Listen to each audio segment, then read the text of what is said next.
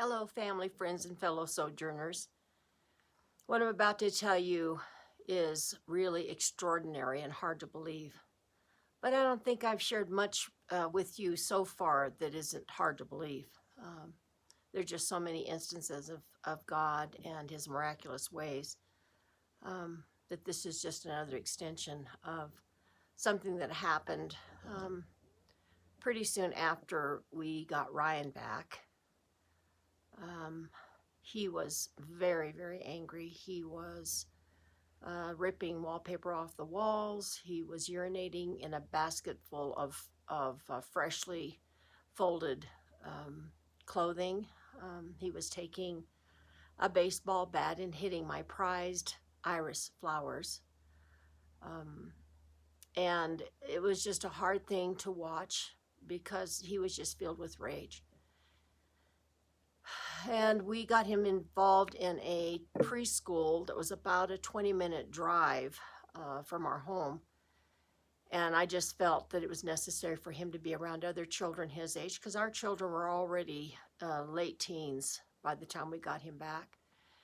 And we didn't have children really in the neighborhood that he had access to. So I was compelled to take him to a nursery or a pre-kindergarten. I mean, he was 3 years old, so I guess it would be considered a nursery situation. And we drove 20 minutes each way. And Ryan would tell me stories that he wouldn't necessarily tell me if we were at home because he was such an active child. He wanted to play all the time.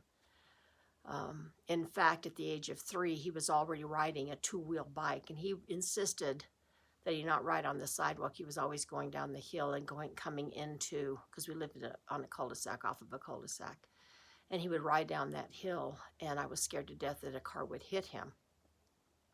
And several times there were neighbors that said, it's dangerous for him to be on the road, but I couldn't keep him on the sidewalk. So when my back was turned, he'd go down the middle of the road, and cars would have to stop until he cleared them and proceed on their way. And most all of our neighbors kind of knew what was going on with him, so they're very patient.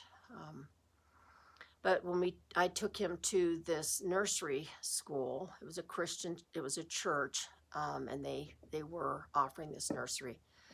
And he would have conversations with me, and one time he said, Mommy, he said, I would wait by the window every single day and watch for you and thought you would come and get me, but you never came. Why didn't you come?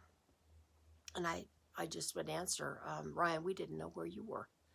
We never knew where you were. Otherwise, we would have come to see you, or we would have done something to try and protect you or whatever, but we just didn't know. And then one day he said, Mom, what is Brandy's last name? Well, Brandy was our dog. I'd shared that story about Brandy, about the how I named her with the little brandy cask around this little roly-poly, what looked to be a St. Bernard, which what she wasn't. But this same dog, he said, what is her last name? He said, is her last name Hoskins? And I said, well, Swear, I don't know. Really, I guess so. And he said, well, can she have my last name and I'll take her last name? And that broke my heart. Really broke my heart, because we didn't know at that point whether we were going to get to adopt him or not.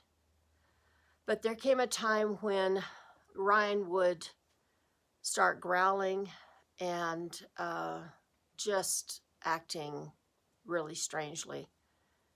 And he would kick and bite and scratch, and I would grab hold of him and I would hold on to him and I'd say, Ryan, it doesn't matter what you say or what you do, I'm always going to love you. Well, that's what I would do. But then one night he was sitting on my lap and he grabbed a hold of my shirt like this, and he said, the angries are here, the angries are here.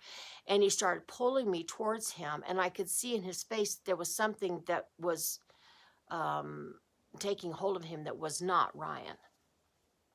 So I grabbed a hold of him and I started to pray as hard as I've ever prayed. I don't even remember what I said. I didn't know anything about demon possession. I had never witnessed anything like that before, but I thought the only thing I know to do at this point is to just grab a hold of him and start praying, which I did. Within a few minutes, he went limp in my arms. And then he said, they laughed. And it scared me to death.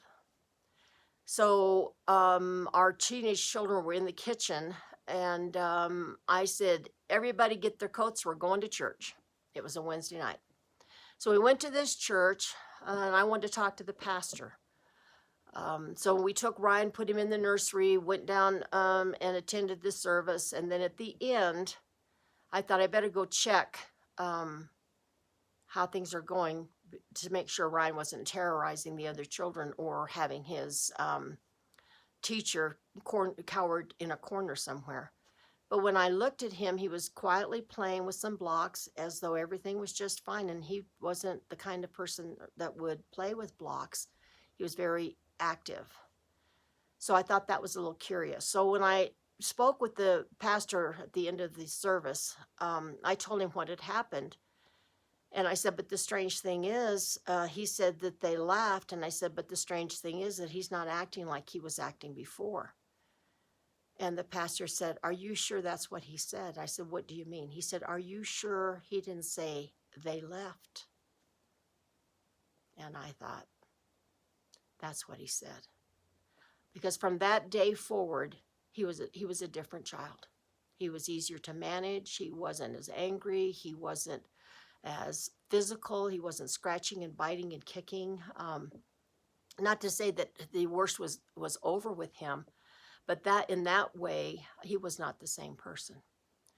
So I just wanted to let you know that there is, you need to play credence, or you need to believe in the scriptures when it talks about how Jesus cast swine out of this person and demons and all of that, that is as true today as it was then. Because even though I didn't know what I was doing, the Lord still used it to minister to Ryan and to cast out what his demons that he was struggling with. But he still had a long way to go. And I'll share with you about that later on. God bless you, my friends. Bye.